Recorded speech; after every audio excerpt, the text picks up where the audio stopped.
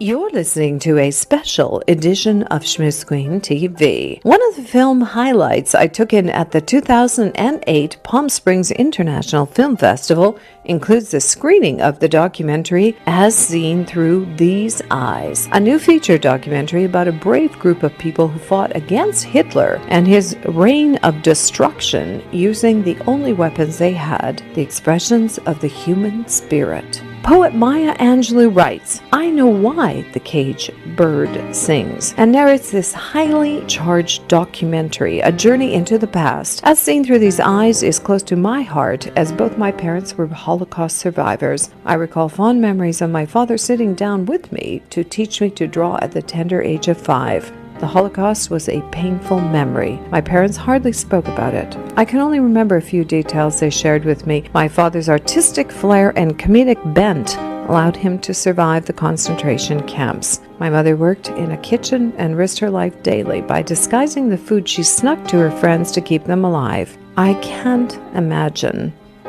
It is a painful time in history we cannot forget. This documentary is a story anyone can relate to, regardless of race, religion, or country of origin. I highly recommend it. It's been 10 years in the making. I thank you, Hilary Helstein, for making this documentary. Now let's visit the post-screening Q&A audience segment of As Seen Through These Eyes. I want to thank the audience for coming out tonight. You're in for a treat. I don't want to tell you anything about the film. I think it speaks for itself.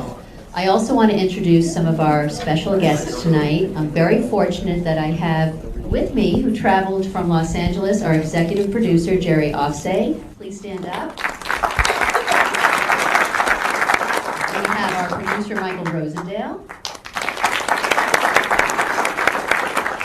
And we have our composer, Larry Brown.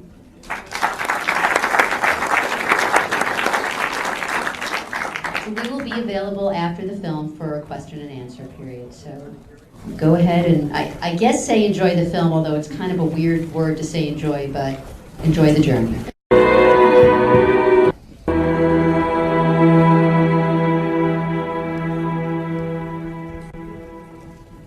Please join me in welcoming back writer, director, producer Hilary Helstein, along with Jerry Offsay, executive producer, Larry Brown, composer, and Michael Rosendale, producer.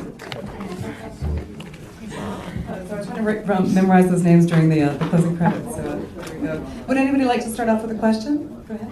I screened this for another festival and I only saw it on my computer. I was blown away and very upset that it wasn't shown at that festival. And I'm thrilled that I was able to see it like this. It's wonderful, and I just thank you for doing it. But I don't know why you started to do this. Yeah, can you talk a little bit about the genesis of the project? You did mention before that it was 10 years in the making, which is congratulations on an incredibly long journey getting it here and a lovely film. So, but maybe you can tell us a little bit about how it all got started. Yeah, it took 10 years to make this film. You know, I don't have survivors in my family, and I am Jewish, but for me it was something that I always had a fascination and a fear with the Holocaust. And I still, even though working through this film, I still can't identify what the connection is. But I am from a family of artists. About maybe 10 years ago, around the same time, I started to work for the Shoah Foundation. And I was collecting testimonies, interviewing these people. And although these were incredible stories that needed to be documented, I felt that there had to be artists out there and that their stories would be compelling. And probably, if there had been artwork created, it would tell another story. It would add another dimension. And when I started to do research on the subject, I found that there was so much out there, and that these people not only expressed verbally, but in so many different dimensions. And artwork to me has always spoken. It tells stories about history. And I just felt that this is a story that anybody can relate to, no matter what their religion is, what country they're from. It's something that everybody can connect to, and that's why I felt it was so important to make it. I just want to say that the score was absolutely beautiful. Congratulations. I'm curious, can you talk a little bit about how the two of you worked together on the score? Actually, we work very closely together. This is a score that, a film that Hilary worked on for 7 years. When you're doing a picture, you have something in place called a temp track. This is the music that she would like to hear. This was composed of Schindler's List, The English Patient, and The Passion, which is 3 Academy Award winning, probably $2.5 million worth of music. And the challenge in this was to try to replace it with something that would have the same emotional content, and also, please Hilary, who had grown to love the temp score. It was a challenge, and it was really an honor to do it. So. What I wanted to say about the music, and when I first met Larry, I explained to him that, the reason I had fallen in love with these other pieces is because they were emotional. I wanted the music to be another character in the film, and I wanted you to feel that not only were you, looking at visual art, you were listening to it, and I wanted it to be something that would drive the film forward. And so we spent a lot of time talking about the placement of it, and that, Larry was interested. Why did I want music throughout the entire piece? And I felt that it was a journey, and I wanted the music to contribute. For my stepson's 13th birthday, we went to Poland, and somehow my husband, and Larry's old friends with my husband, he knows him very well, somehow he pulled this off. He was by the very same temple where his father was bar mitzvah. And it was a big deal because there aren't too many Jewish kids there being bar mitzvah these days. And so to witness a 13-year-old being bar mitzvah, where he was the celebrity of Krakow, because there just aren't bar mitzvahs there. And he was bar mitzvah boy, and you had people coming from all over watching his bar mitzvah, and then we went to Auschwitz.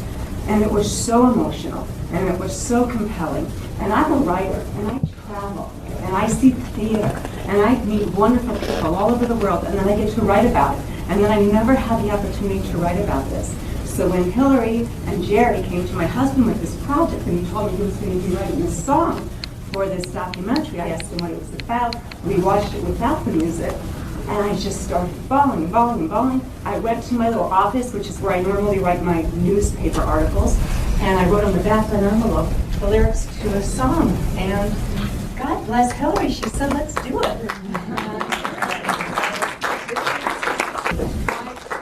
My expression of what I experienced in Auschwitz, and what she did with this is very emotional and very beautiful. And I'm honored that you all saw it and liked it. It's beautiful, beautiful. There's a question. Who did the editing? Outstanding. Well, do you want to talk about it, Michael?